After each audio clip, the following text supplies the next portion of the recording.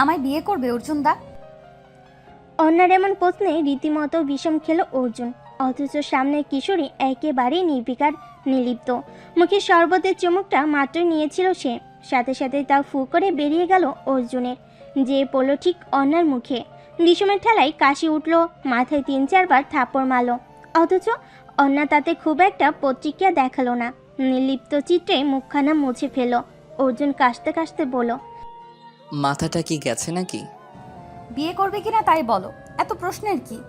বয়স কত তোর? এবার অন্যা আঙ্গুল গুনল, অনেক ভেবে চিনতে বলল। 15 বছর 8 মাস 3 দিন। অর্জুন কিছু সময় নির্বাক রইল। স্নেহু অকেজো লাগছে। এই মেয়েটা পাগল জানা ছিল, কিন্তু এতটা উন্মাদ সেই প্রমাণ আজ পাচ্ছে। নিজেকে শান্ত করলো অর্জুন, দীর্ঘশ্বাস ফেল বেশ খানিকবার। এরপর আবার চাইল অন্যার উৎসুক মুখবিবরের দিকে। দৃষ্টি তির্যক হলো। অনেক চিন্তা করে মুখ খেঁচিয়ে প্রশ্ন ছুড়ল, তা এই মতি ভ্রম কেন? মা বলেছে এবার পরীক্ষায় খারাপ করলে বিয়ে দিয়ে দিবে। অনেক ভাবলাম মায়ের কষ্ট করার কি দরকার, বিয়েটা আমিই করে নিই।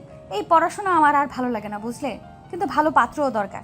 তুমি দেখতে খারাপ না, পড়ুয়াও বটে। তোমাকে বিয়ে করলে হেমুলেনে আলাদা ডাট হবে। তাই ঠিক করলাম তোমাকেই বিয়ে করব। কি বলো, বিয়েটা করেই ফেলি?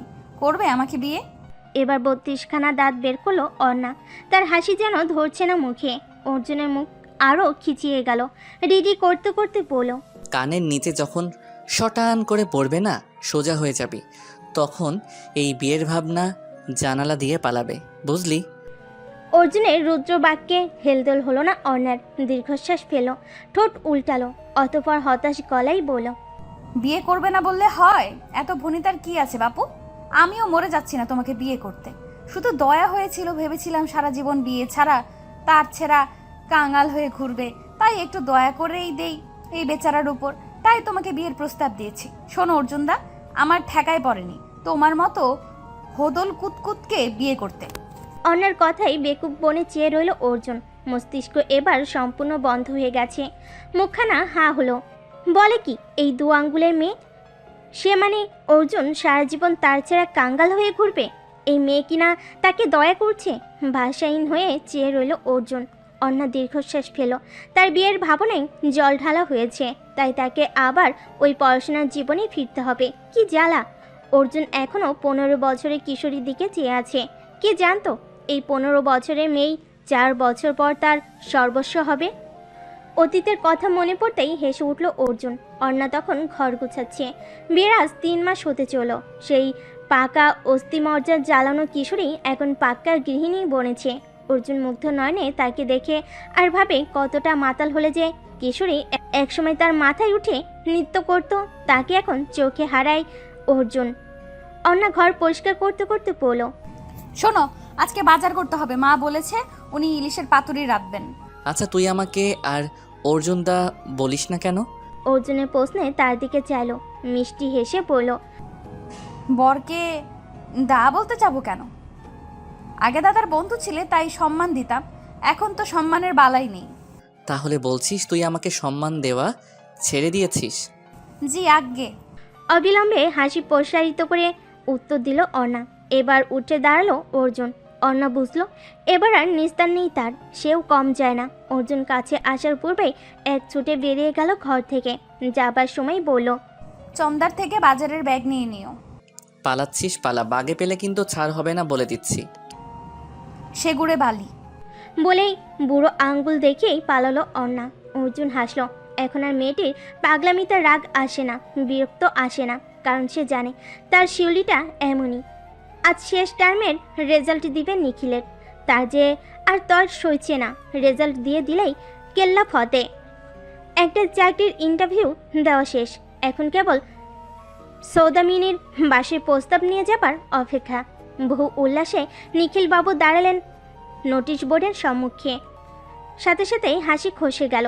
বিশাল বড় একটা মোটা অক্ষরের নিজের নামের পাশে 2টো সাবজেক্ট ফেল ঝুলছে। গ্র্যাজুয়েশন না হলে তো চাকরি হবে না। সৌদামিনীর বাবা মেয়ে দিবে না। এখন কি হবে তার গন্তব্য? এরই মাঝেই সৌদামিনীর ফোন এলো তার ফোনে। অনেক সময় নিয়ে ফোনটি ধরল নিখিল। ওপাশ থেকে থমথমে স্বর শোনা গেল, কোথায় আছো তুমি? একটা খবর আছে, কাণ্ড হয়েছে। বাজারে ব্যাগ হাতে অর্জুন চলল বাজারে। পয়সার হিমশীতল সকালে বাজারের ব্যাগ নিয়ে বের হবার ইচ্ছে না থাকলেও বইয়ের কথা অমান্য করতে পারল না। বাগানের ছোট ঘাসে শিশির ভিজে স্যাঁতসেঁতে হয়ে আছে। সেই ভেজা ঘাস পেরিয়ে বাড়ির কেচি গেটে দেখা হলো দেবব্রতের সাথে। তার মুখখানা লম্বাটে হয়ে ঝুলে আছে, হতাশ যেন তাকে দত্তক নিয়েছে এমন একটা ভাব। অর্জুন অবাক স্বরে শুধালো, কিরে এমন লটকানো মুখ নিয়ে কই দিয়ে আসলি? থাকো তো শালা ছোট পরিবারে, আমার জ্বালা তুমি কি বুঝবে? বউকে একটু আদর করতে গেলেও 10টা মানুষের পারমিশন নিতে হয়। দেবব্রতের প্রশ্নে অর্জুন বিকারহীন কণ্ঠে শুধালো, কি হয়েছে? সেটা তোমার বউকে শোধাও কে? কেন? আমার বউ তোর কোন পাকা ধানে মই দিয়েছে? খুব প্ল্যান প্রোগ্রাম করে হানিমুনের জন্য সাজেক ব্যবস্থা করেছি। অমনি তোমার বউ এসে কাঠি করলো, বলে দিল দাদা ভাই আমাদেরও নিয়ে চলো। ব্যাস আমার বউ তাল মিলালো, অমনি আমার হানিমুন এখন সমবায় হানিমুন হয়ে গেল। গোষ্ঠী শুদ্ধ মানুষের টিকিট কেটে এনেছি, সাথে তুই তো ফ্রি। দেবব্রতের রাগের কারণ আবিষ্কার। খুব হাসবে নাকি কাঁদবে বুঝতে পারছে না অর্জুন, কারণ এই বুদ্ধিটা তারই দেওয়া। দেবব্রত তো জানে না এই সমবায় হানিমুন অতি শীঘ্রই হিমুলের হানিমুনে পরিণত হচ্ছে, কারণ রবিন ভাই বলেছেন যাব যখন সবাই একসাথে ঘুরে আসা যাক, হানিমুন করার জন্য তো বয়স পড়ে আছে। অর্জুন কিছুটা সান্ত্বনা দিয়ে বলল, থাক থাক আর মুখ ঝুলাস নে। বউকে আদর করবি তো আমি ব্যবস্থা করে দিব। আমার বউকে 10টার পর আর ঘর থেকে বের হতে দিব না। আর আমার মা কাকিমা? তাদের বুড়ো হাড় এমনি পাহাড়ে উঠলে 10টায় ঝিমিয়ে যাবে, তুই চিন্তা নিস না। বলা সোজা, যাও না তুমি হানিমুনে, আমিও পঙ্গপাল নিয়ে হাজির হব, দেখবে কেমন লাগে। বলেই হনহন করে দ্রুত পা চালিয়ে ভেতরে চলে গেল দেবব্রত।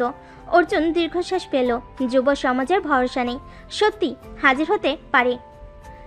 চায়ের কেতলির সরু নলা দিয়ে কুণ্ডলি পাকিয়ে ধোয়া বের হচ্ছে, দাউ দাউ করে জ্বলছে উনুন। সেই উনুনের তাপে হাত শিখছে যুব সমাজ। মোটা শালেও শীত মানছে না, যুব হাড্ডিও যেন শীতের প্রকোপে কাঁপছে। এরই মাঝে ধপ করে এসে বসলো নিখিল, তার মুখ ঝুলে আছে। সেইটা দেখে যুব সমাজের আটজোড়া চোখ তার উপর নিবদ্ধ হলো। শামীম গরম চায়ের কাপে ঠোঁট ছুঁয়ে বলল, কিরে খেস খাইছস কেন? আমার মনে হয় আর বিয়ে করা হবে না শামীম ভাই। নিখিলের বিষণ্ণ উদাসীন কণ্ঠ সাথে সাথে সবার হাত থামিয়ে দিল। রতন ভাই উকি দিল, কান তার খাড়া। অর্জুন উদ্বিগ্ন স্বরে বলে উঠল, কি হয়েছে? আমার অনার্সের রেজাল্ট দিছে, 2টো সাবজেক্ট ফেল। হাই হাই এখন এখন হাই হাই বলার সময় আসেনি। রেজাল্টের মাঝেই ধামিনীর ফোন, জরুরি তলব, বিশেষ ঘটনা। আমি ভাবলাম বিয়েটির কোনো ব্যাপার কি না। বিয়ে ঠিক হলো নাকি? হাই হাই এখন দাঁড়া, তুই টেনশন নিস না। সিদ্ধার্থের সাথে ছবিটা আছে, পাত্রপক্ষকে পাঠিয়ে দিব যে সিদ্ধার্থকে পেটাবে। না না, এটা হাই হাই না। তাহলে উৎসুক জনতা নিখিলের উত্তরের অপেক্ষায়। নিখিল হতাশ গলায় বলল, আমাদের কলেজের পার্ট টাইম শিক্ষিকা হিসেবে ধামিনী চাকরি হয়ে গেছে। প্রেমিকাকে এখন থেকে আমার দিদিমণি বলতে হবে। এখন বলো হাই হাই এখন। নিখিলের কথায় অট্টহাসির দমক পড়ল। শামীম তো বলে হাসলো, আগে তো এমনি শাসনে রাখতো, এখন সুযোগ পেলেই বলবে। যাও বাইরে কান ধরে দাঁড়াও। দেব কোনো মতে হাসি চাপিয়ে বলল, তোর জন্য আসলেই কষ্ট লাগছে। 5টা হয়ে গেলে দিদিমণি বলতে হতো না। তা জানিয়েছিস যে 2টো বিষয়ে ঝুলে গিয়েছিস? সেখানেই তো কবি নীরব, ও এত আনন্দিত ছিল যে বলতেই পারিনি। তা এই নিয়ে কবার ছুললি? 2বার। মুখ ঝুলে উত্তর দিল নিখিল। অর্জুন স্বাভাবিক স্বরে নেই বলল, বেশি না, আর আর কয়েকবার। তারপরই তুমি হবে জীবন্ত আদু ভাই। সবাইকে বলবি আমার বউ এখানের ম্যাডাম। মজা করো না অর্জুন দা, ব্যর্থ প্রেমিকের অভিশাপ লাগবে। কিন্তু যুব সমাজের মজা যেন থামল না। এরই মধ্যে এসে বসলেন যুব সমাজ প্রধান রবিন ভাই। তার অবস্থা আরও শোচনীয়। উস্কো খুস্কো চুল, স্ত্রীহীন কুচকানো শার্ট, ভেতরের মোটা হাতের গেঞ্জিটাও উল্টো পড়েছে। চোখ লাল, নির্ঘুম রাত কাটায় কি? মুখখানা কেমন বসা বসা, চিন্তিত বিমর্ষ মুখবিবর জানান দিচ্ছে কেস জন্ডিস। অর্জুন রয়ে শয়ে শুধালো, রবিন ভাই, আমি একটা কঠিন সিদ্ধান্ত নিয়েছি। থমথমে গম্ভীর স্বরে জানালো রবিন। সবাই মুখ চাওয়াচাই শুরু করলো। গম্ভীর রবিন ভাই বেশ ক্ষতিকারক। দেবব্রত গলা খাকারি দিয়ে শুধালো, কি? সকলের উৎকণ্ঠার সমাপ্তি হলো, কিন্তু পরিবেশ একেবারে থমকে গেল। তখন রবিন ভাই বললেন, আমি তানির সাথে সম্পর্কটার ইতি টানবো। রবিন ভাইয়ের কথাটা বজ্রঘাতের মতো আলোড়ন তৈরি করলো যুব সমাজের মাঝে। মুহূর্তের মাঝেই শ্বাসরুদ্ধকর নিস্তব্ধতা ঘিরল চায়ের দোকানে। প্রতিটি মানুষের কৌতূহলী নয়ন রবিন ভাইকে ঘিরে, অথচ রবিন ভাই বিকারহীন। তিনি স্থির চিত্রে বসে আছেন, তার কণ্ঠ বেশ শান্ত। রতন ভাইয়ের হাত থেকে চামচ পড়ে গেল। এই ঝঙ্কার ছিল নিস্তব্ধতা। অর্জুন উৎকণ্ঠিত হয়ে শুধালো, পাগল হয়ে গেছে নাকি? এই ভীমরতি জাগলো কেন এই বয়সে? রবিন ভাই শান্ত স্বরে রতন ভাইকে বললেন, এক গ্লাস গরম দুধ দাও তো রতন ভাই, হালকা চিনি দিও, আর একটা ক্রিম রোল দাও, দুপুরে খাওয়া হয়নি। দেবব্রত বিরক্ত হলো, অধৈর্য হয়ে শুধালো, তুমি এখন ক্রিম রোল ঠুসবে? আগে বলো একটু আগের কথাটার মানে কি? এবার শান্ত দৃষ্টিতে চাইলেন রবিন ভাই। খুব শান্ত তার চাহনি। খুব ধীরে সুস্থে বলেন, আমি এই প্রেমিক প্রেমিকার সম্পর্কটা আর টানবো না। প্রেমিক জীবনটা একগুঁয়ে হয়ে গেছে, কেমন শীতের বিমর্ষ দুপুরের মতো। তাই আমি কঠিন সিদ্ধান্ত নিয়েছি, এই প্রেমিক জীবনের ইতি টানবো। রতন ভাইয়ের হাত থেকে আবার চামচ পড়ে গেল। রবিন ভাই তাতে বিরক্ত বোধ নিয়ে শুধালেন, আজ এত চামচ ফেলছো কেন রতন ভাই? একটু ভালো করে ধরো জিনিসগুলো। আর তুমি যে মাথায় বোম ফেলছো তার বেলায় তার এই সিদ্ধান্তের কারণ কি? নিখিলের ক্ষিপ্ত প্রশ্নের উত্তরটা রবিন ভাই সাথে সাথেই দিলেন না। আগে একটু সময় নিয়ে ক্রিম রোলটা খেলেন, এরপর ফু দিয়ে গরম দুধটুকু খেলেন, এরপর মুখ মুছলেন টিস্যু দিয়ে। এদিকে যুব সমাজের ক্ষুদ্র চাউনি তাতে নিবদ্ধ। শামীম, দেবব্রত, অর্জুন, প্রতীক, নিখিলের শানিত প্রশ্ন এবং দৃষ্টি সবই উপেক্ষা করল রবিন ভাই। তারপর শান্ত চিত্রে বলল, আমি দেখতো বিরক্ত, তানি প্রেমিকা হবার যোগ্য নয়, তাই আমি সম্পর্কটার ইতি টানবো। এটা কি কোনো রচনা যে ইতি টানবে? সমস্যা হতেই পারে, তাই বলে তুমি তানি আপুকে ছেড়ে দিবে? এটা তো তোমার থেকে আশা করিনি রবিন ভাই। নিখিলের উত্তেজিত হওয়া যথার্থ। যুব সমাজও বেশ উত্তেজিত। রবিন ভাই এবং তানি আপুর সম্পর্কটা আজকের নয়, বছর গড়িয়েছে। রবিন ভাইও এই সম্পর্কে কখনোই হেলাফেলা করেনি, বরং সে তানি আপুর জন্য একরকম উন্মাদ। তাহলে আজ কি হলো? এমন উদ্ভট আচরণ মোটে কাম্য না কারোর। প্রশ্নের উত্তরস্বরূপ মাথায় রবিন ভাই থমথমে কণ্ঠে বলেন, তোমার প্রেমিকা যদি এমন উদাসীন হতো, তুমি বুঝতে আরও গুরুত্ব না পাওয়া যন্ত্রণা। একটা মানুষের কাছ থেকে উত্তর পাওয়ার জন্য রাত রাত জেগে থাকা, তার একটু দেখা পাওয়ার জন্য তৃষ্ণার্ত হয়ে থাকা, যে কতটা অসহায়হীন তুমি তা জানো না নিখিল। আর আমি বলছি না আমি তাকে ছেড়ে দিব, শুধু সম্পর্কটায় বিরক্ত এসে গেছে। প্রেম ব্যতীত আমাদের আরও একটা সম্পর্ক আছে, বলে যাইস না। কিন্তু তাই বলে আমার সিদ্ধান্ত ফাইনাল। যুব সমাজ মুখ চাওচাই করলো। এখানে ঠিক কি বলা উচিত তাদের জানা নেই, তবে এটুকু নিশ্চিত হিমুলেনের ঝড় আসতে চলেছে। রবিন ভাই কথা বাড়ালেন না, দুধের টাকা খাতায় তুলতে বলেন রতন ভাইকে। তারপর ক্লান্ত পায়ে বেরিয়ে গেলেন। অর্জুন দেবব্রতকে ফিসফিসিয়ে বলল, টিকিটগুলো ফেরত দেবার ব্যবস্থা কর। আর হচ্ছে তোর হানিমুন। সে কি জানি না ভেবেছো? এজেন্ট এখন টাকা ফেরত দিলে হয়। দেবব্রত মিয়ে যাওয়ার স্বরে উত্তর দিল। শীতের প্রকোপ বেড়েছে, চায়ের স্বাদ বিষাদ লাগছে। নিখিলের বিষণ্ণ মন আরও মিয়ে গেল। হেলে দুলে নিজ ঘরে প্রবেশ করতেই দেব মুখ ভচকাল। তার বিছানায় তার বউ আর বোন পেঁয়াজু খাচ্ছে আর গল্প করছে। দেবব্রত দীর্ঘশ্বাস ফেল। এতকাল চাইতো তার বউ এবং বোনের সম্পর্কটা যেন ভালো হয়, কিন্তু ননদ বৌদি বান্ধবী হলে যে তারই মহাজালা, সেটার ক্রস চেক ইন করা হয়নি। দরজায় হেলান দিয়ে বোনের উদ্দেশ্যে বলল, বাড়ি যাবি না তুই? অন্না একবার বিরক্তি নিয়ে তার দিকে চাইল, পরক্ষণেই আবার কৃষ্ণার সাথে গল্পে মজল। আজকের বিষয়বস্তু হলো সাজেকে কি জামা গুছাবে। ননদ বৌদি একটা জামা বানিয়েছে একই রকম, সেটা পরে তারা পাহাড় উঠবে। দেবব্রত পাতা না পেয়ে আবার বলল, সারাক্ষণ আমার বউয়ের কি এত গুজুর গুজুর ফুসুর ফুসুর? তোর বিয়ে হয়েছে, একটু বরের সেবা টেবা কর গিয়ে। বোন দুটো আমার শুকিয়ে সেগুন কাঠ হয়ে যাচ্ছে বউয়ের যত্ন না পেয়ে। সাগর থেকে 1 চামচ জল তুললে সাগর শুকায় না দাদা। তোমার বন্ধু হলো আস্ত মহাসাগর, কি ভার! একটু শুকালে কিছুই হবে না, বরং আমার জন্যই ভালো। দামরা হাত পাগুলো ছুঁড়ে ছুঁড়ে ঘুমায়, ঘুমের মাঝে আটকে উঠি আমি। এই ভারী শরীর সরাতে আমার জীবন বের হয়ে যায়। অন্যের মুখে কোনো কালে কিছু আটকায় না। তার ভাষ্য শুনে হতাশ হলো দেব। বোন তার এখনো ইশারার ভাষা বুঝে না। এদিকে কৃষ্ণা মিটমিটিয়ে হাসছে নিজের বরের চুপসে যাওয়া মুখ দেখে। দেবব্রত বিছানায় বসতে বসতে বলল, এই বাড়ি যা তো তুই। কেন আমার পেছনে লেগেছিল কেন বলো তো? এসেছিস তো আড্ডা মেরে, কেউ বলেছে কিছু? একটু সইয়ের সাথে গল্প করছি তো জ্বলে পুড়ে মরছে, হিংসুটে কোথাকার। বেশ করেছি, ওটা আমার বউ। তোদের যন্ত্রণায় তো আমাকে দেখছি পালাতে হবে। বেশি করলে ওই সই শুদ্ধ তেপান্তর হব। কই একটু এসেছি বউয়ের সাথে প্রেম করতে, উনি এখানে কুণ্ডলি পাকিয়ে বসে আছে। যা তুই, তোর বরের মাথা খাগে। দেবব্রতের কথায় লজ্জায় নিয়ে যাবার জোগাড় কৃষ্ণার। এই ভাই বোনের বুদ্ধি কি কোনো কালে ঈশ্বর দিবে না? না পেরে সজোরে চিমটি মারল সে বরকে। দেব আঁ করে উঠল।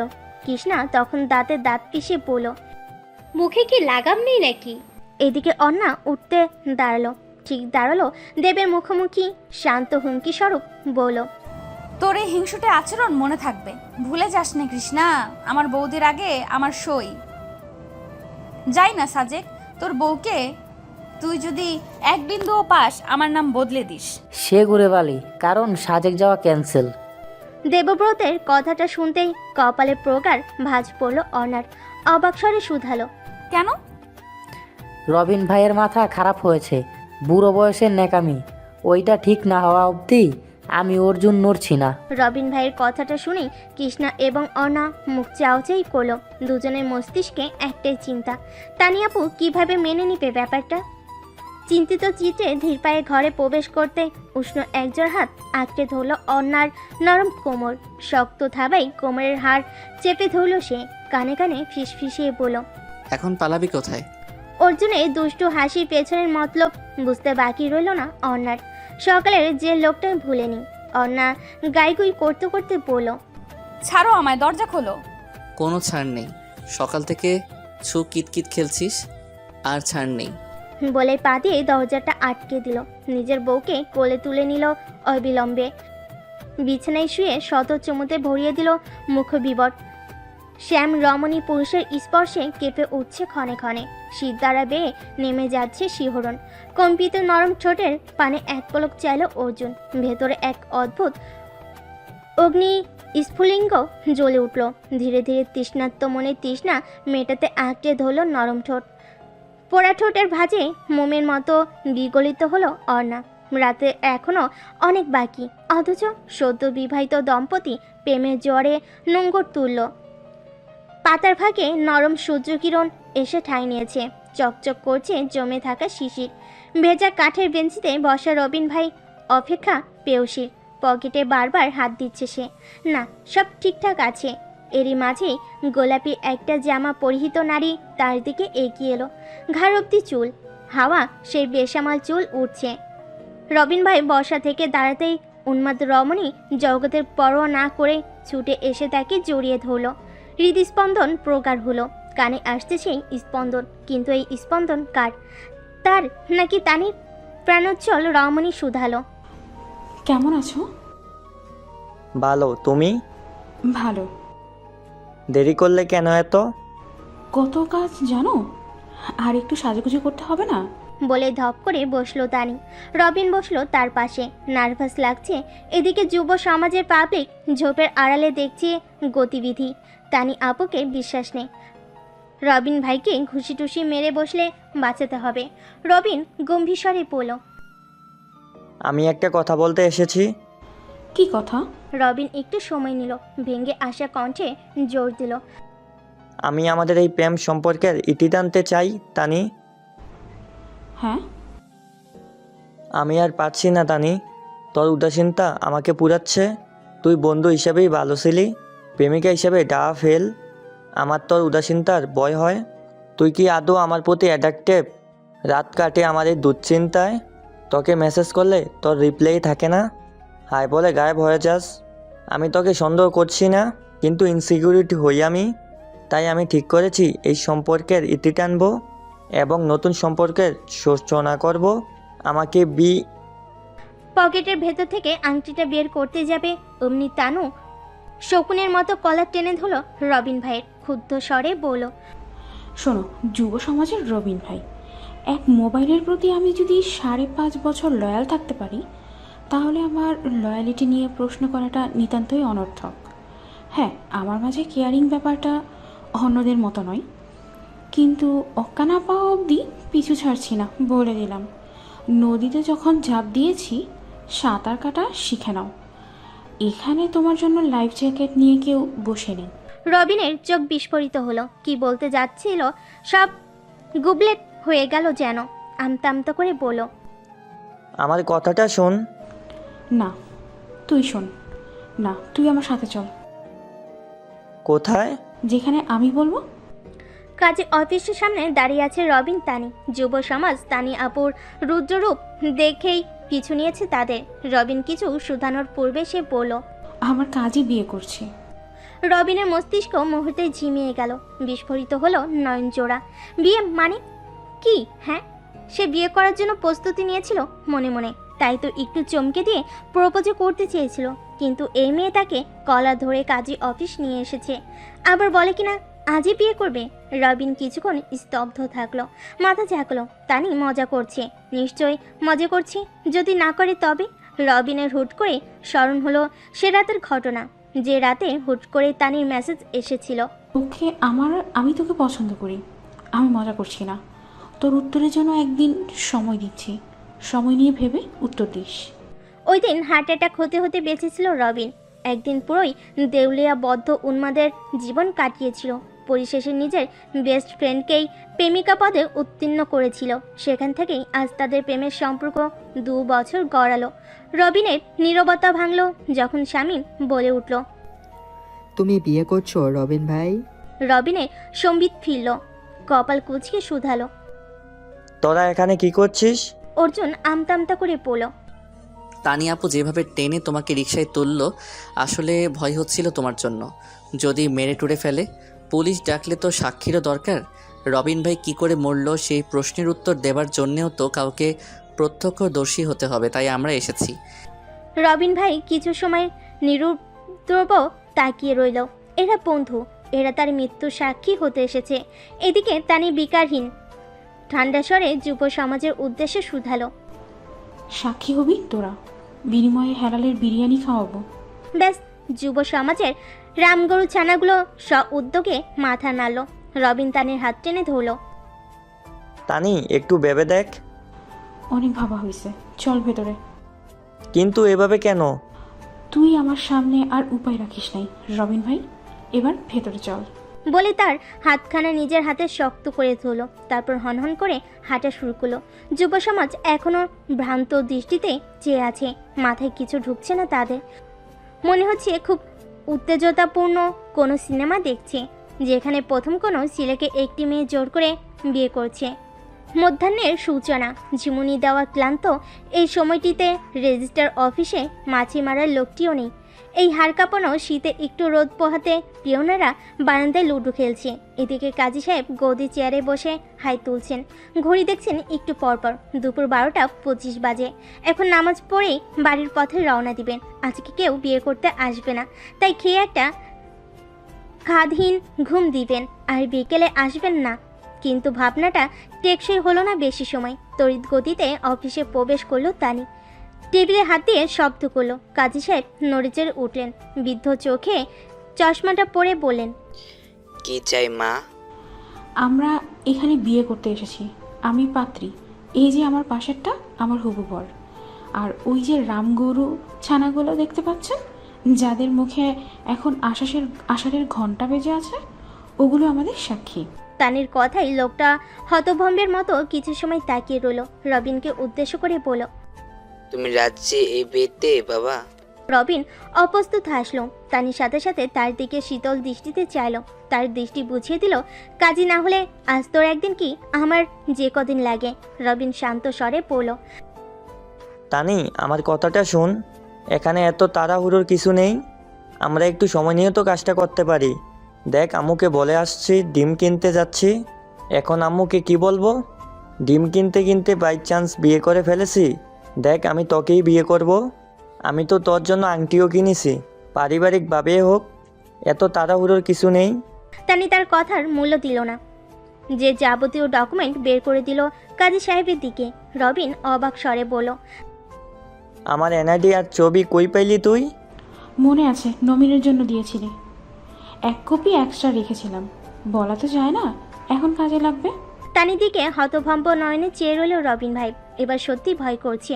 বিয়ে করবে বলে শান্ত মনটা হুট করে অজানা আশঙ্কার ভয়ে উত্তেজিত হয়ে উঠল, কিন্তু পালানোর উপায় নেই। বিরিয়ানির লোভে যুব সমাজ গাদ্দারি করেছে, তারা তাকে ঘেরাও করে রেখেছে। রবিন আবার বলল, এটা ঠিক হচ্ছে না তানি। মা বাপগুলোকে না জানিয়ে এই বিয়েটা মোটেও ভালো হচ্ছে না। তারা কি ভাববে বল? আম্মা আমাকে ত্যায্য করবে। তানি এবার কড়া নয়নে তাকালো, শান্ত স্বরে শুধালো, আংটিটা দেখি। কিসের আংটি? যেটা দিয়ে আমাকে প্রপোজ করতি, আংটিটা দেখি। রবিন পকেট থেকে বের করে দিল আংটিটা। সোনার আংটি, ভারী আছে। তানি সেটা নিজের আঙ্গুলে ঢুকালো, এরপর শান্ত স্বরে শুধালো, বিয়ে তো করবই, একটু আগে আর পরে, পার্থক্য কি? আর এখনই তুই আমার উপর বিরক্ত? কিছুদিন পর যে আমার হবি না তার কি গ্যারান্টি? ওইটা তো মজা করে বলেছিলাম। সেই মজায় আমি ছুটাচ্ছি তোমার। কাজী অফিস আপনার কি হলো? একটুকু সময় নষ্ট না করেই সাইন করে দিল। এবার রবিনের দিকে এগিয়ে কড়া স্বরে বলল, সাইন কর। আমরা দুজনেই যথেষ্ট বড়, পরিবারকে বললেই লাফিয়ে বিয়ে দিবে। তাহলে কেন আমরা এভাবে বিয়ে করছি? আমার কি স্বাদ জানিস আমার বিয়ে নিয়ে? কেন ওই গাদ্দারগুলোকে বিরিয়ানির মূল্যায় বুঝিয়ে সাক্ষী দেওয়াচ্ছিস? মাথা ঠান্ডা কর, আমি পারবো না প্রমিস। সাইন কর। মায়াহীন কণ্ঠে কথাটা বলল তানি। সে অতিমাত্রে শান্ত, আজ মুখখানা কঠিন হয়ে আছে। মায়াবতীকে আজ ডাকুরানি লাগছে। রবিন ভাই এবার আকুতি ভরা স্বরে বলল, আম্মাকে একটা ফোন করি, বলি দোকানে ডিম নাই, আসতে দেরি হবে। আমাকে ভালোবাসিস রবিন? তানির হঠাৎ প্রশ্নে কিছুটা থমকে গেল রবিন ভাই। যুব সমাজ মুখ চাওচাই করলো। আজ রবিন ভাইয়ের গেম ওভার তা জানার অবকাশ রাখে না। রবিন অবাক স্বরে শুধালো, কেন? আমাকে ভালোবাসিস? যদি হ্যাঁ হয় তুই সাইন করবি, আর যদি না হয় আমি আর কখনো তোর সামনে আসবো না।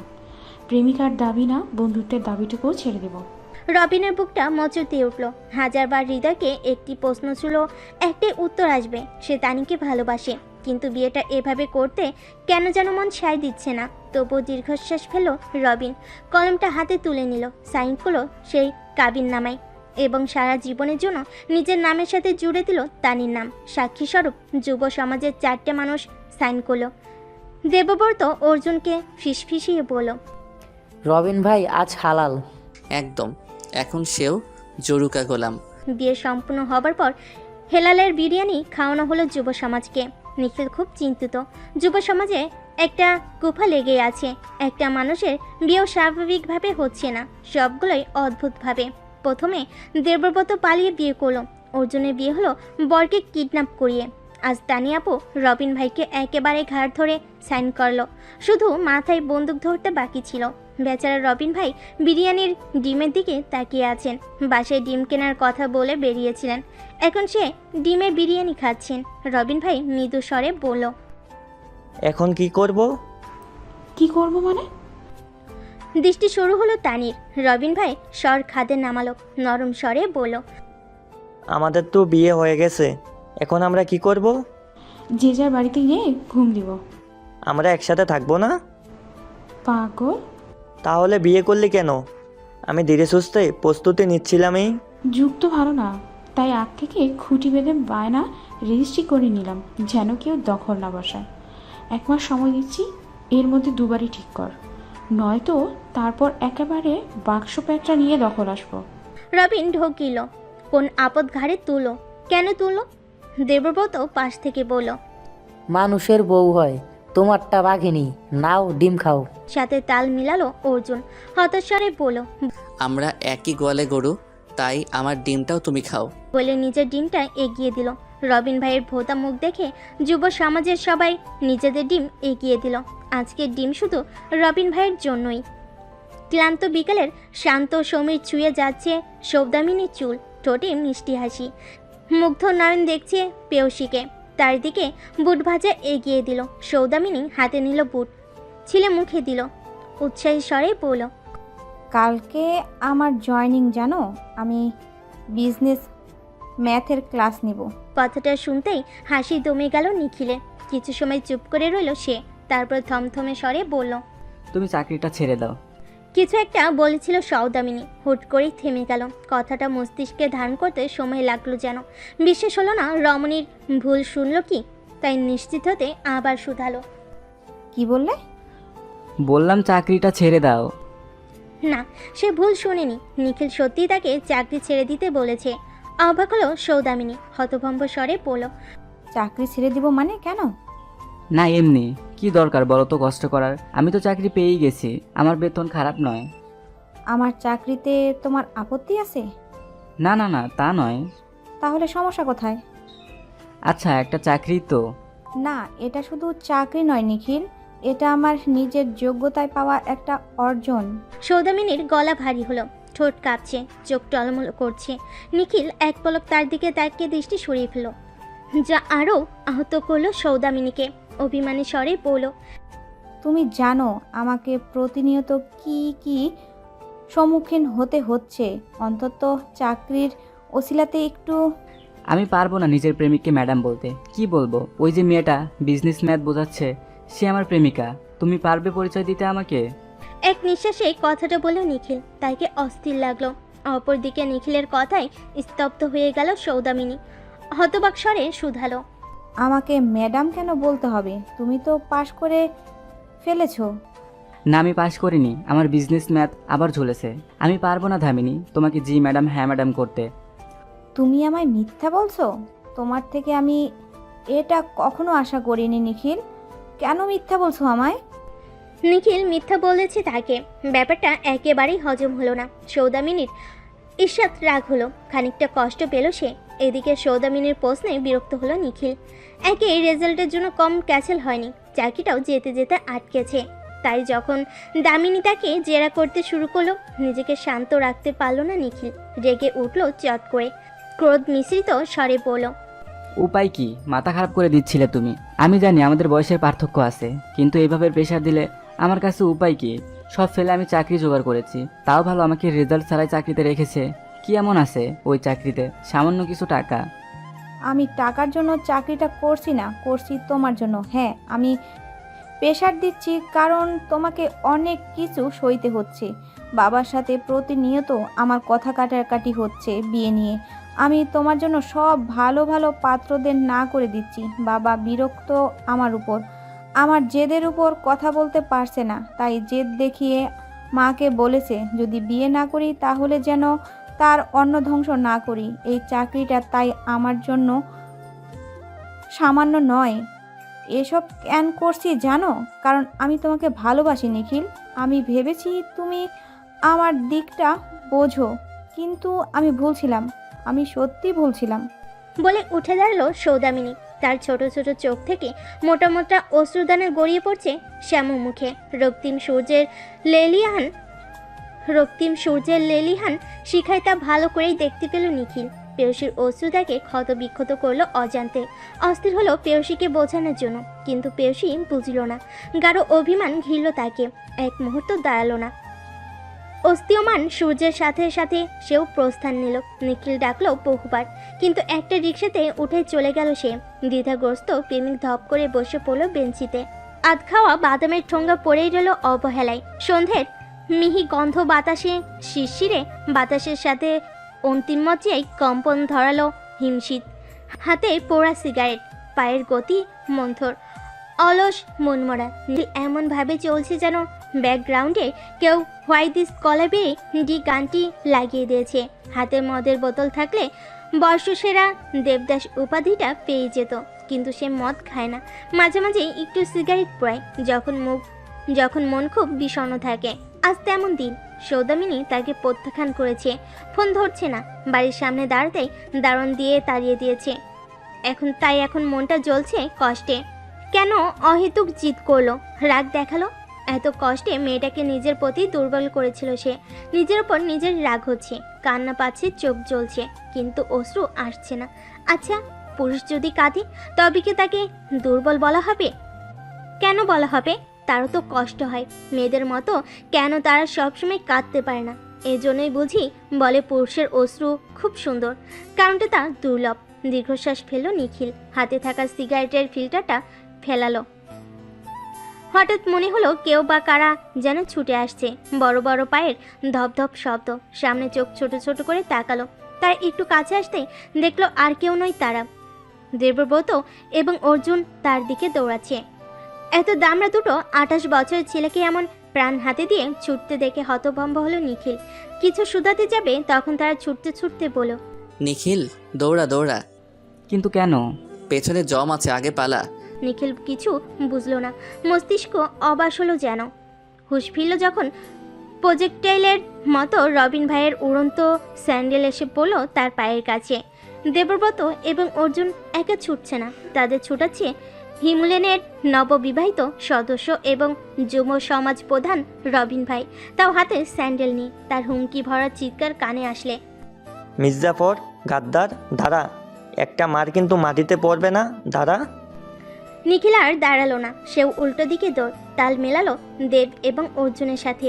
দৌড়াতে দৌড়াতে শুধালো, রবিন ভাইয়ের কি হয়েছে? বেটার বিয়ে করে মাথা আউট হয়ে গেছে, পাগলাই গেছে, টপ ফ্লোর গন। আমরা শুধু বলছিলাম বিয়ে উপলক্ষে আজকের চা তোমার পক্ষ থেকে। ব্যাস, পাগল ষাঁড়ের মতো স্যান্ডেল তুলে দাবরানি দিচ্ছে। এদিকে রবিন ছুটছে এদের পেছনে। প্রেমিকাকে চমক দিতে যেয়ে তার জীবনটাই চমকে পরিপূর্ণ হয়ে গেছে। মাকে বলে গিয়েছিল আমি ডিম কিনে আনছি।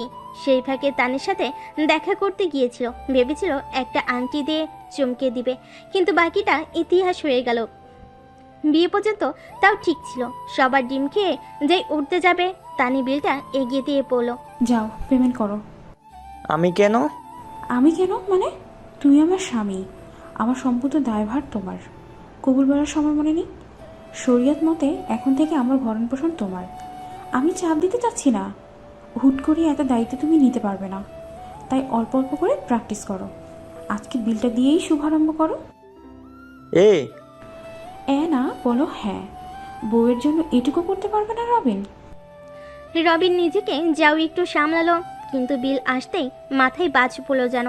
4,500 টাকার বিল।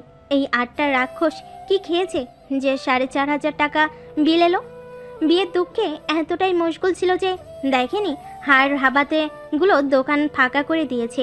তাই যে অর্জুন বলল, রবিন ভাই, আজকের চা তোমার পক্ষ থেকে। অমনি রবিন ভাই তার রুদ্র অবতার নিলেন। একটা সময় দৌড়াতে দৌড়াতে হাঁপিয়ে উঠলেন। এরই মাঝেই অন্যার সামনে পড়ল। হিমুলেনের রাস্তায় একটা 31 বছরের দামড়া, দুটো 28 বছরের দামড়া ছেলে আর একটা 24 বছরের ছেলে পেছনে ছুটছে। দৃশ্যটি হাস্যকর। অন্যা রবিন ভাইকে থামালো কোনো মতে। পাগল হয়েছো রবিন ভাই? কে বলবে তোমরা বড় হয়েছো? তোর ওই গাদ্দার ভাই আর গাদ্দার স্বামীকে বল থামতে। 4 হাত দূরে অবস্থিত দেব চেঁচিয়ে বলল, পাগল নাকি? হুদাহুদি জুতো খাবো না।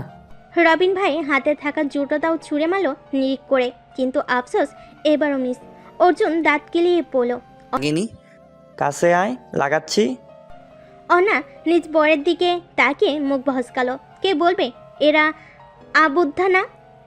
আর সহ্য না করতে পেরে এবার নিজে রুদ্ররূপ দেখালো অনা। থামবে তোমরা? হয়েছে কি? এইভাবে কোতকুতি করছো কেন? শালাগুলো 4,500 টাকা গিলে আবার চায়ের টিট চায়। বিরিয়ানির লোভে আজ আমাকে বিক্রি করে দিয়েছে মির্জাফর। রবিনের কথাটা প্রথমে মাথায় ঢুকলো না অনার, কিন্তু পরিস্থিতি শান্ত করা প্রয়োজন। বাদামের ঠান্ডা শরবত অবশেষে রবিন ভাইকে বুঝিয়ে সুঝিয়ে শান্ত করলো সে। রতন ভাইয়ের দোকানে বসালো। ঠান্ডা বাদামের শরবত হাতে ধরিয়ে অবশেষে শান্ত হলেন রবিন ভাই। যখন সম্পূর্ণ ব্যাপার খোলসা হলো, অনার মুখ হা হয়ে গেল। তুমি তানিয়া আপুকে বিয়ে করে ফেলেছো? না তানি, অদৃশ্য বন্দুক আমার মাথায় ঠেকিয়ে আমাকে বিয়ে করেছে। হতাশ গলায় উত্তর দিলেন রবিন ভাই। অন্না উত্তেজিত হয়ে বলল, এখন কি করবে? কাকিমাকে কি বলবে? জানি না, কিচ্ছু জানি না। চোখে সরিষার ফুল দেখছি। একটু পর বায়োস্কোপ দেখবে, কারণ কাকিমা তোমার জন্য পাত্রী পছন্দ করে ফেলেছেন। অন্যের কথাটা বিনা শব্দে পটকার মতো ফুটল রতনের দোকানে। রবিন চোখ বিস্ফোরিত করে বলল, কি বলছিস তুই? বিকেলে এসেছিল, মেয়ের ছবি দেখালো, আগামী পরশু তোমাকে দেখতে আসছে। আমি সেটা বলতেই তোমার কাছে আসছিলাম, তুমি তখন ওদের ধাওয়া করতে ব্যস্ত। এদিকে কাকিমা তোমাকে ধাওয়া খাওয়ানোর ব্যবস্থা করছে। তানি আপু তোমাকে জুতো না বন্দুক নিয়ে ধাওয়া করবে। রবিনের মুখ চুপসে গেল। মা তাকে জানলো না, এখন কি করবে? দূরের কাকটা বেসুরে ডাকছে, নির্ঘুম টকটকে চোখজোড়া নিষ্প্রভ দৃষ্টিতে দেখছে কাকটির দিকে। হিম ঠান্ডায়ও শীত লাগছে না, অনুভূতিহীন হয়ে গেছে যেন রবিন। সকাল সকাল ডিম কিনতে বেরিয়েছে সে, গতকাল ডিমটা কিনাই হলো না। অন্যের কাছ থেকে খবর পেয়ে ছুটল মায়ের কাছে। মা অলস ভঙ্গিতে বলল, হ্যাঁ, মেয়ে পক্ষ আসছে। আমাকে জানাওনি কেন? তোকে জানিয়ে কি হবে? যার বিয়ে তাকে জানিয়ে কি হবে? এমন কথা শুনে তাজ্জব বনল রবিন।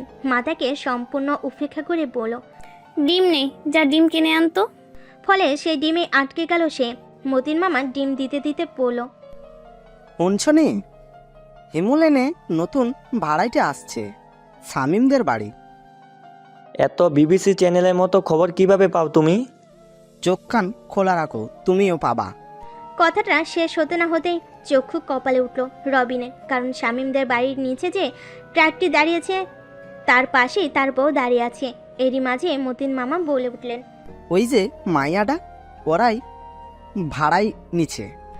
অতিমাত্রায় বিস্ময়কর ঘটনা ঘটলে মানুষ স্তব্ধ হয়ে যায়, মস্তিষ্ক শূন্য হয়ে যায়, কানে তালা লাগে, আশেপাশের ব্যস্ত দুনিয়া শুনশান হয়ে যায়, বাতাসের হেলদোলও গায়ে লাগে না। ক্ষণিকের জন্য নিজেকে ধরণীবাসী মনে হয় না। রবিনের অবস্থাটি ঠিক তেমন। তার মনে হচ্ছে মাথাটা খালি ফুটবল হয়ে গেছে, কাজ করছে না। এখনই কেউ এসে লাথি মারবে। সম্বিত ফিরল যখন মতিন মামা পাশ থেকে বলল, বোঝা যায় মেয়েটার অত বয়স। আমি তো ভাবছিলাম কৃষ্ণার বয়সী কিনা, সুন্দর আছে না, আমার ভাইগনা জামিলের সাথে মানাইবে। নিজের বউকে নিজে অন্য কেউ বিয়ের তদবির করছে, ব্যাপারটি মোটেও ভালো লাগলো না রবিন ভাইয়ের। বিরক্ত হলেন, চোখ কুঁচকে ফেলেন, কিন্তু রাগ জাহির করলেন না, কারণ এখন তার থেকে গুরুত্বপূর্ণ কাজ আছে। ডিম না নিয়ে ধপধপ করে হাঁটা দিলেন। মতিন মামা পেছন থেকে ডাক দিলেন, কিন্তু রবিন ভাইয়ের কানে তালা ঝুলছে। তানি কেবল ট্রাকওয়ালার পাওনা মেটালো। জিনিসপত্রের বাক্সগুলো কেবল ভিতরে রাখা হয়েছে, এলোমেলো বিক্ষিপ্ত হয়ে আছে সব কিছু। বাসা বদলানোর একটা বিশাল ঝামেলা বই আর কিছু না। এই ঝামেলা অনেকটা জেচে পড়ে নিয়েছে সে। 20 বছর ধরে বাস করা বাড়িটা ছেড়ে হিমুলেনের ছোট্ট বাসে উঠেছে সে। মায়ের ইচ্ছের বিরুদ্ধে এই কাজটা করেছে। বুক চিরে দীর্ঘশ্বাস বের হলো তানির, তীব্র বিতৃষ্ণা মিশ্রিত একটা দীর্ঘশ্বাস। এরই মাঝেই হাত টেনে দুই বাড়ির মধ্যকার ফাঁকা স্থানে টেনে নিয়ে আসলো তাকে রবিন। ঘটনার আশঙ্কিকতায় হতবাক হলো তানি, কিন্তু তার বিস্ময়কে বুড়ো আঙ্গুল দেখিয়ে রবিন প্রশ্ন ছুড়ল, এখানে কি করছিস তুই? হ্যাঁ, হ্যাঁ না উত্তর দে। সারা দুনিয়ায় এই গলি পেলি তুই বাধা নিতে, আমাকে জানাসনি কেন? সকাল সকাল এই কী সব পিকনিক দিচ্ছিস? রবিনের জেরায় চোখ মুখ কোচকালো তানি, ভুরু যুগল একত্রিত করে কড়া স্বরে শুধালো, কেন? ভয়ে গলা শুকিয়ে গেছে? ভয় পাচ্ছিস? আন্টি সরি, আমার শাশুড়ির কাছে আকাম ধরা পড়ে যাবে তাই। কি? কিসের আকাম? আর আমি ভয় পাই না। তাই নাকি? তাহলে চিপাই নিয়ে এসেছিস কেন? হাতটা গলির মধ্যেখানে ধর। কথাটা শেষ করতে করতেই পাড়ার লোকের আনাগোনার শব্দ কানে এলো। সাথে সাথেই হাতখানা ছেড়ে দিল রবিন। তানি তাচ্ছিল ভরে হাসলো, নিচ থেকে দ্রুত ঘুচিয়ে সরে আসলো, ফিসফিসিয়ে বলল, তোর উপর নজরদারি করতে এসেছি। দুনিয়ার অন্য পাড়ার ঘর নিলে তো সেটা হতো না। মনে রাখিস, 1 মাস সময়। এর মধ্যে যদি গতি না করিস তাহলে একেবারে বাক্স প্যাঁচা নিয়ে তোমার বাড়ি। বলেই হনহন করে হাঁটা দিল তানি। রবিন সেখানেই দাঁড়িয়ে রইল, মুখখানা চুপসে গেল নিমিষে। মাঝে তার গলায় খড়া ঝোলানোর বন্দোবস্ত করেই রেখেছে। অবশেষে ডিম হাতে বাড়ি ফিরল রবিন ভাই। তার শুভ্র মুখশ্রী চুপসে পচে আলোর মতো হয়ে আছে। তাকে দেখেই চোখ কুচলালেন রবিনের মা। ডিমগুলো নিতে নিতে বলেন, গোসল কর যা, আজকে অফিস টফিস নেই নাকি? তুমি আগে বলো, আমার বিয়ের তলোয়ারটা কিভাবে তুমি আমার গলায় ধরেছ? ও মা, তুই না বললি তুই বিয়ে করবি? স্বতঃস্ফূর্তভাবে উত্তর দিলেন রবিনের মা। রবিন বেকুব বনে গেল, হতবাক স্বরে বলল, হ্যাঁ আমি বলছি। কিন্তু এর মানে এই না তুমি পাত্রীদের লাইন দিবা। আমি বলেছি কারণ এত কারণ শুনতে পারবো না, গোসল করে আয় আগে। আর কালকে চুল কাটবি, কাকের বাসা নিয়ে ঘুরছে। কোন দিন দেখবি কাক ডিম পেড়ে যাবে। আর না জানি কত উকুনে গোষ্ঠীকে ভাড়া দিয়ে রেখেছিস, কিছুদিন পর দেখবি ভাড়াও দিতে শুরু করবে। কথা গড়িও না মা। আমি কথা বলতেই চাচ্ছি না, এই আমার মুখ তালা, আর কোনো কথা বলবো না। বলে ডিম নিয়ে রান্নাঘরে পা বাড়ালেন তিনি। এদিকে শত শত প্রশ্ন করলেও তিনি বিকারহীন। রাগে দুঃখে অবশেষে গোসলেই চলে গেল রবিন ভাই। একদিকে তানি, অন্যদিকে মা। শান্তি কোথাও নেই। কুয়াশার মোটা পারদ, 1 মিটার দূরে কিছু দেখা যাচ্ছে না। হিমধরা শীতল সমীরের মাঝে ষাট লকরের তীব্র পেটানো শব্দ কাঁপাচ্ছে পাড়া। শীত আসতে ব্যাডমিন্টন খেলার ব্যবস্থা করা হয়েছে পাড়ায়। অফিস থেকে ফিরে 9:30 নাগাদ পাড়ার যুব সমাজ মীর জাফরদের দল এসে জড় হয় রবীন্দ্রের বাড়ির সামনে ফাঁকা জায়গায়। অবৈধভাবে বিদ্যুতের ব্যবস্থা করেছে প্রতীক। লাইটে টাকা দিয়েছে যুব সমাজ যৌথভাবে। কোর্টের এক পাশে মেয়েরা খেলে, অন্য পাশে যুব সমাজ। একটা প্লাস্টিকের চেয়ারে বসে আছেন রবিন ভাই, হাতে ঠান্ডা বাদামের শরবত। রতন ভাই এখানে চা শরবত সাপ্লাই দিচ্ছে। শামীমের মাঝে কথা তুলল। সামনেই নতুন বছর, কি প্রোগ্রাম হবে নাকি? বারবিকিউ? আমি হানিমুনে যাচ্ছি, এবারের প্রোগ্রাম বাদ। বাদ সাধল দেবব্রত। তার মাথায় আবার ঝোঁক উঠেছে হানিমুনের। ক্যান্সেল করা টিকিট আবার কাটার পরিকল্পনা তার। এরই মাঝে প্রতীক বলে উঠল, আবার সমবায় হানিমুন?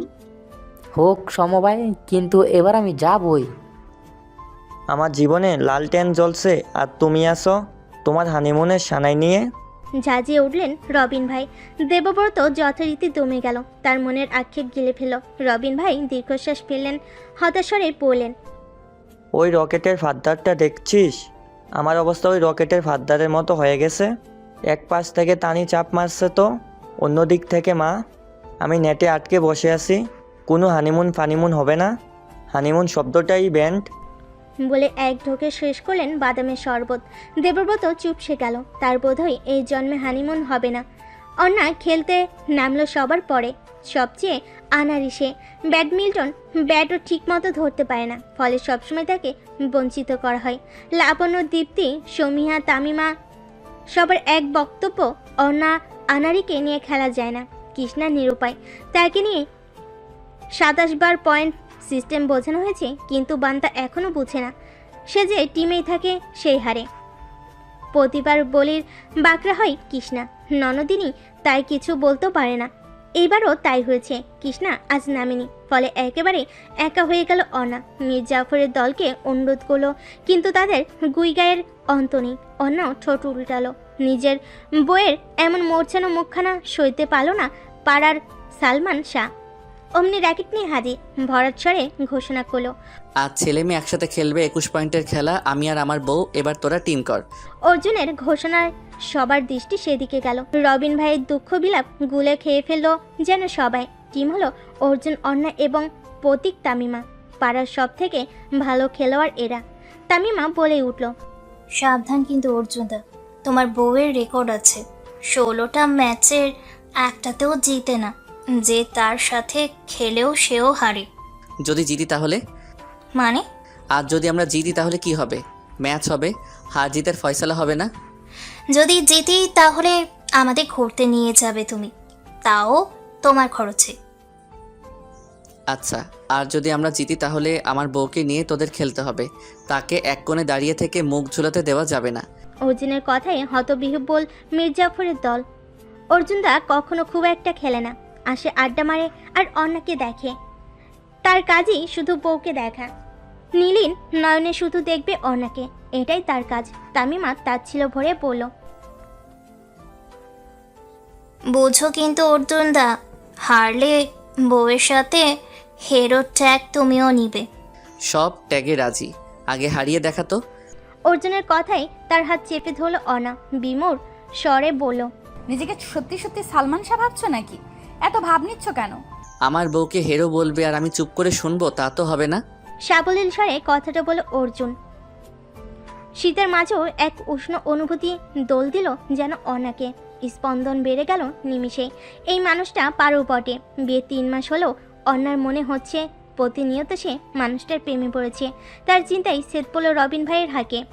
শুরু হলো খেলা, অন্যার আত্মসম্মান রক্ষার খেলা। সার্ভ করলো হিমুলেনের সালমান শাহ।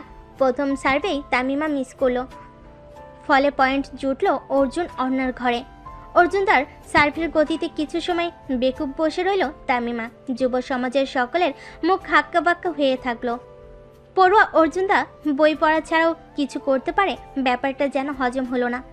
কম দিন তো হিমুলেনে থাকা হয় না, কিন্তু অর্জুনদার এমন অদেখা রূপের দর্শন এই প্রথম হলো। অর্জুনের ঠোঁটে বাঁকা হাসি। লাবণ্য ফিসফিসিয়ে বলল, ইস, সেদিন প্রেমপত্রে আমার নামটা লেখা থাকলে আজ এই পুরুষটি আমার হতো। সে ঘুরে বালি, অর্জুন তার কাছে নারী মানে অন্নপূর্ণা। সামিয়া হাসতে হাসতে উত্তর দিল। লাবণ্য আফসোসের সাথে বলল, ইস, এমন আমরা কবে আমাদেরকে নারী মনে করা পুরুষ পাবো রে। প্রতীক তামিমাকে ইশারা করে বলল, টার্গেট অন্যাকে কর। এদিকে অন্না মুখ হাঁ করে চেয়ে আছে পরের দিকে। অর্জুন তর্জনী দিয়ে মুখখানা বন্ধ করে বলল, সার্ভটা শুধু ঠেকিয়ে দিবি, বাকি আমি সামলে নিব। রবিন ভাই চিরচিরিয়ে গলায় বলল, প্রেম বাড়ি করো, খেলা শুরু কর। খেলা জমে গেছে। একবার অর্জুনদা পয়েন্ট করছে তো একবার প্রতীক তামিমা। দুধভাত অন্না ব্যাট নিয়ে দাঁড়িয়ে আছে। 60 লককের উপর চলছে তীব্র অত্যাচার। এক পর্যায়ে অর্জুনদা তার জ্যাকেট খুলে ফেলেন। ঘমার্ত শরীরে লেপ্টে আছে সাদা টি শার্ট। সুঠান মাংসপেশিগুলো স্পষ্ট বোঝা যাচ্ছে। মীর জাফরের দল চোখের খিদে মিটাচ্ছে, ফলে নাচে তো জ্বলছে অর্ণা। প্রগার ভাত তার কপালে, কড়া দৃষ্টি তার মীর জাফরের দলের দিকে। কি হাড় হাবাতে অন্যের বরকে চোখ দিয়ে গিলে খাচ্ছে। আর অর্জুনদাও কেন এতটা ভাব নিতে হবে তার? কেন শো অফ করতে হবে তার দেহ? এরই মাঝেই তার দিকে আসা 60 লকটি সামলানো গেল না, ফলে অপর পক্ষের ঘরে গেল আরও একটা পয়েন্ট। 17/19। অর্জুন কড়া গলায় বলল, ধ্যান কোথায়? খেলতে এসেছো নাকি তারা গুনতে? অর্জুনের ধমকে চুপসে গেল অর্ণা। তাই সব চিন্তা ফেলে খেলায় মনোনিবেশ করলো। সার্ভ এবার প্রতীকের, তার অপর পক্ষে অর্ণা। সে এমনভাবে সার্ভ করলো যেন অর্ণা তা সামলাতে না পারে, এবং হলো তাই। অর্ণা মিস করলো। পয়েন্ট হলো 17/20। অর্ণা এবং অর্জুনের নৌকা ডুবতে দেখে তামিমা তাচ্ছিল্য ভরে বলল, কি অর্জুনদা, পকেট খালি করার জন্য তৈরি হও। রবিন ভাইয়ের কমেন্টারি শুরু হলো। টান টান উত্তেজনা, উভয়ের পক্ষে রেশারেশি। পয়েন্ট 17-20 হিমুলেনের সালমান শাহ। এর প্রথম ম্যাচ কী হবে? অন্না রানীর শেষ ম্যাচ। ম্যাচ শুরু হলো। তামিমা সার্ভ করলো অর্ণার দিকে। এবার পৃথিবীর অষ্টম আশ্চর্য হলো, অদ্ভুতভাবে ঠেকিয়ে দিল অর্ণা। শুধু তাই নয়, প্রতীক ঠেকাতেও পারল না। পয়েন্ট জুটল অর্জুন অর্ণার ঘরে। সবার মুখ হাঁ। অর্ণার নিজের হাতের দিকে তাকালো। এই দৈবাত ঘটনা কি সে ঘটালো? সাথে সাথে অর্ণার নামে চেয়ার শুরু হলো। খেলায় মোড় খুলল। অর্জুনদার খেলার সামনে টিকতে পারল না তামিমা আর প্রতীক। শেষ দানটা ছিল অর্জুনের। সার্ভ কঠিনভাবে করলো, প্রতীক ঠেকিয়ে দিল। 60 লককে উঠল তীব্র ঝড়। টাই স্কোর। যার কক পড়বে সে হেরে যাবে সম্মানের খেলা।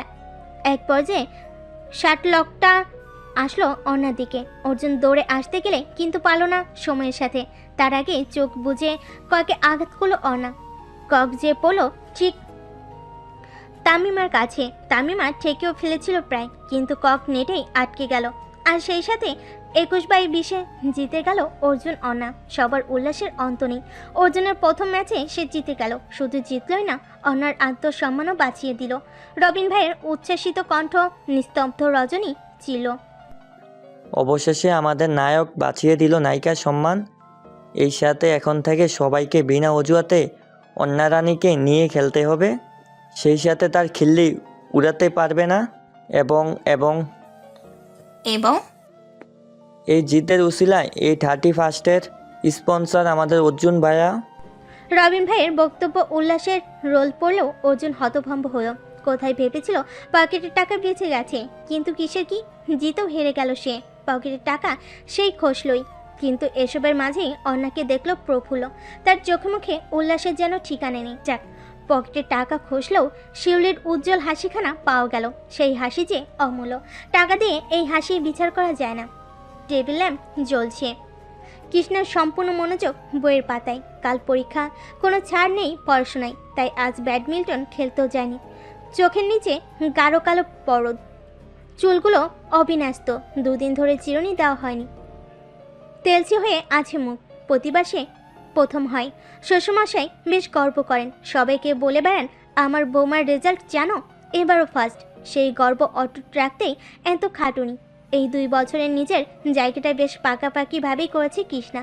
এমনকি শাশুড়ি মার সাথেও সম্পর্কের সমীকরণটাও মিলিয়ে ফেলেছে সে। কিন্তু এসবের মাঝে খরা জলে দেবব্রতের প্রেমের জীবনে সারা জীবনের কাজ ছেড়ে বাসায় আসে প্রশান্তির খোঁজে। কই একটু বউটিকে পাশে বসে প্রেমের 2টো লাইন বকবে, কিন্তু সবই বৃথা, কারণ তার বইয়ের সময় কই। সে হয় রান্না করে, নয় নাস্তা বানায়, নয় পড়াশোনা করে। এমনকি ঘুমোতে যাওয়ার সময়ও কৃষ্ণাকে পাওয়া যায় পড়ার টেবিলে। এতে অবশ্য দেবব্রতের কোনো অভিযোগ নেই, কিন্তু মেজাজটা খারাপ হয় যখন চামে চুমে বউটিকে আলিঙ্গনে নিয়ে প্রেমের 2টো বুলি বলে। অমনি কোথা থেকে হয় কাকিমা, নয় মা, নয় অন্যটা এসে টপকাবে, এসে ছু করে নিয়ে যাবে কৃষ্ণাকে। ফলে হৃদয়টা অপ্রেমে খা খা করতে থাকে, কিন্তু বোঝার কেউ নেই। বউটাও বুঝে না, সেই প্রেমিকেরও তাকে কাছে পেতে ইচ্ছে করে। ঘুম থেকে উঠলে বউকে পায় না, ঘুমোতে যাবার সময় বউকে পায় না, তাই তো হানিমুনের প্ল্যান করেছিল সে। তাও রবিন ভাইয়ের আন্দোলনে ভেস্তে গেল। যতদিন তানিয়াপা আর তার কোনো হিল্লে না হচ্ছে কিছুই হবে না। হতাশার বুক চিরে দীর্ঘশ্বাস বের হলো। অলস পায়ে ঘরে প্রবেশ করল দেবব্রত। কৃষ্ণা তখন পড়তে ব্যস্ত, মাথা ঝুলিয়ে ঝুলিয়ে পড়ছে। আজ অর্জুন আর অন্যাকে একত্রে খেলতে দেখে দেবব্রতেরও ইচ্ছে করছিল তার বউয়ের সাথে টিম বানিয়ে খেলবে, কিন্তু তার মায়াবতী তো বইয়ে মুখ গুজেছে। দেবব্রত একটু ঝুঁকলো কৃষ্ণার দিকে, চুলে আলতো করে চুমু খেয়ে বলল, আজও কি আমার বউ পরেই রাত কাটাবে, আর আমার বুকে স্থান পাবে কোলবালিশ? দেবব্রতের প্রেমের ডাক একেবারেই কঠিনভাবে দমিয়ে দিল কৃষ্ণা।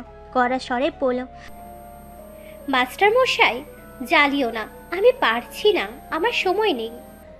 আমার জন্য কি তোর কখনো সময় আছে? কণ্ঠে বিস্তর অভিমান। কৃষ্ণা মুখ তুলো। দেবব্রতের স্বর গম্ভীর, চোখের ভাষাটা বিচিত্র। কৃষ্ণা হতবাকে শুধালো, এভাবে বলছো কেন? কারণ আমি সবসময় তোর কাছে 4 সাবজেক্ট, 5 ঠেকাতেই পড়া কেবল। দেবব্রতের কণ্ঠে তীব্র অভিমানের চাপ, চোখজোড়া কঠিন। কৃষ্ণা হতবাক নয়নে চাইল স্বামীর দিকে, কপালে তার প্রগাঢ় ভাঁজ। হতভম্ব স্বরে শুধালো, এমন করছো কেন তুমি? কেমন করছি? ছেলে মানুষই। আমি ছেলে মানুষই করছি। দেবব্রতের কণ্ঠে গাম্ভীর্য এলো, খানিকটা রাগও প্রকাশ পেল তন্নাধ্যে। কৃষ্ণা তার কলম নামালো। নিটল গোল গোল স্বচ্ছ চোখজোড়া কঠিন মুখশ্রীতে আবদ্ধ হলো। দেবব্রত স্থির দৃষ্টিতে চেয়ে আছেন, তার চাহনি আজ ব্যতিক্রম। শানিত সেই দৃষ্টিতে কৃষ্ণার বিস্ময় বাড়ল। তার মাস্টার মশাই তো এমন নয়। বইখানা বন্ধ করে বলল, ছেলে মানুষই ছাড়া আর কি বলবো? তুমি কি জানো না আমার পরীক্ষা চলছে? তাহলে এমন আচরণ কেন করছো? দেবব্রত দীর্ঘশ্বাস ফেলল। একরাশ অব্যক্ত আক্ষেপ ছিল যেন সেই দীর্ঘশ্বাসে। শীতল সমীরের ন্যায় ক্ষান্ত স্বরে বলল, ছেলে মানুষই বটে।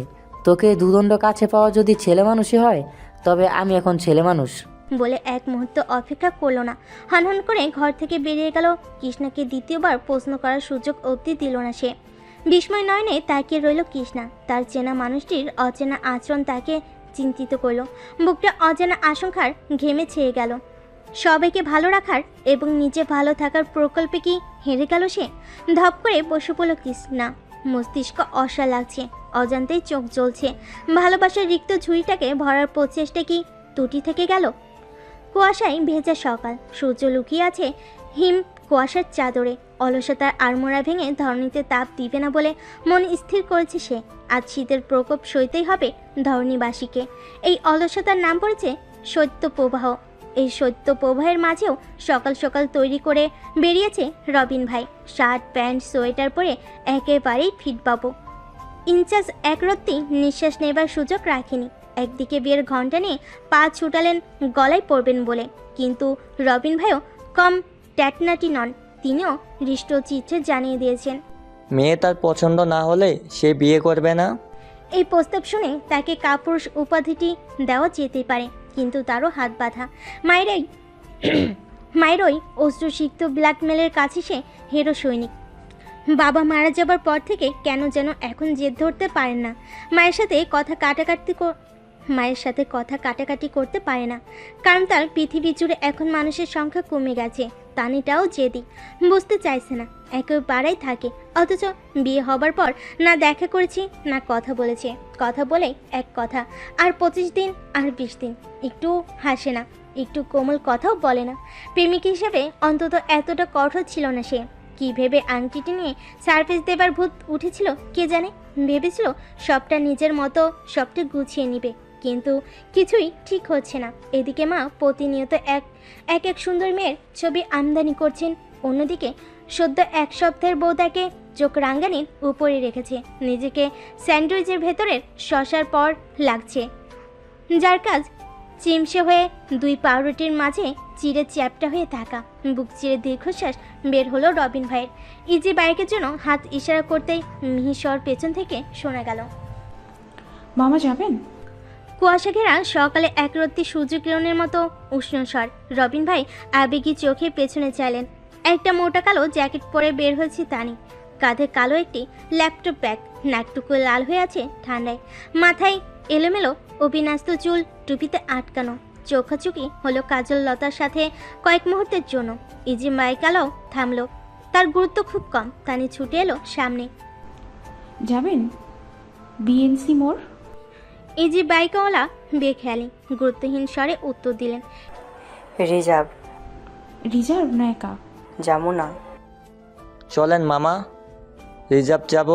এরই মাঝেই উত্তর দিলেন রবিন ভাই। ইজি বাইকওয়ালা 100 টাকা চাইলে তানি কিছুটা বিরক্ত হলো, খ্যাচ খ্যাচ করে বলল, 100 টাকা কেন? 60 টাকা তো। শীত বাড়ছে, দামও বাড়ছে। ইজি বাইকওয়ালার বিরক্তি মাখা উত্তর। এরই মাঝে রবিন ভাই বললেন, 80 টাকা চলো, এমনিও বসেই থাকবা। ইজি বাইকওয়ালা রাজি হলো, তানি হলো না, বিরক্তি নিয়ে বলল, তুমি হুদাহুদি এত দাম বাড়াচ্ছ কেন? তোমার দেরি হচ্ছে না? হ্যাঁ, কিন্তু ওঠো তাহলে। রবিনের শীতল স্বরে সাথে তর্ক করলো না তানি, চোখ রাঙিয়ে উঠল ইজি বাইককে। রবিন উঠল পাশে, ইজি বাইক চলছে, পাশাপাশি বসে দুজন, কিন্তু কোনো কথা নেই কারোর মুখে। নীরবতা শেষ অবধি ভাঙল তানি। শুনেছি তোমার জন্য নাকি মেয়েদের লাইন লাগানো হয়েছে, একজন বিশ্ব সুন্দরী। তাহলে বিয়েটা কবে? মস্করা করছি। কিঞ্চিত রাগান্বিত শোনালো রবিনের স্বর। তানি তাচ্ছিল ভরে বলল, তুই বিয়ে করতে পারবি আর আমি মস্করাও করতে পারবো না? আমি বিয়ে করছি, কে বলছে তোকে? বিয়েতে নাও তো করিসনি, একের পর এক মেয়ে দেখছিস, পছন্দ করছিস, বাতিল করছিস, তাহলে এটাকে কি বলা হয়? এগুলো কে বলছে তোকে? আমার তো চোখ কান আছে। হিমুলেনের যুব সমাজের নেতার বিয়ের যোগাযন্ত্র হবে, আর হিমুলেনে থেকে জানতে পারবো না? তা তো হবে না। শুনেছি এবারের মেয়েটি খুব সুন্দর, তা বিয়ে করে নে, কারণ আমার সামনে তো আর কথা বলার সাহস নেই তোর। সব কিছুতেই ফাট্টুগিরি, ভিতর ডিম কোথাকার। বিয়ে করতে পারে অথচ বাড়ি বলতে পারে না। রবিন অনেক কষ্টে রাগ সংবরণ করেছিল। একেই মায়ের এই মেয়ের আমদানিতে বিরক্তর ওপর থেকে তানি বিদ্রুপ, ফলে নিয়ন্ত্রণ হারল। গজগজ করে বলে উঠল, বেশ, তাহলে তাই করব। খুশি? এই মামা এখানে রাখো। বলে ইজি বাইক থেকে নেমে গেল রবিন ভাই। চালককে 100 টাকা ধরিয়ে হাঁটা দিল সে।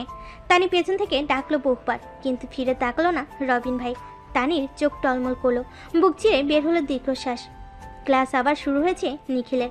কলেজে অনিচ্ছা সত্ত্বেও এলো সে, জানে না কি ক্লাস, শুধু উপস্থিতির মার্কটা পাওয়ার জন্যই আসা। চাকরি থেকে আজ ছুটি নিয়েছে, কিন্তু আজকের মতো তো সবসময় ছুটি পাওয়া যাবে না। নিখিল একটা জুনিয়রের সাথে কথা বলছিল, তাকে 1000 টাকা দিলে উপস্থিতির ব্যাপারটা সামলে নিত। 1000 টাকা একটু বেশি। নিখিল তাকে 800-তে রাজি করিয়েছিল, কিন্তু সমস্যা হচ্ছে আজ সে আসতে পারেনি, তাই বাধ্য হয়ে আজ নিখিলের আসতে হয়েছে। ফর্ম ফিল আপও করতে হবে, তাই একেবারেই আসা।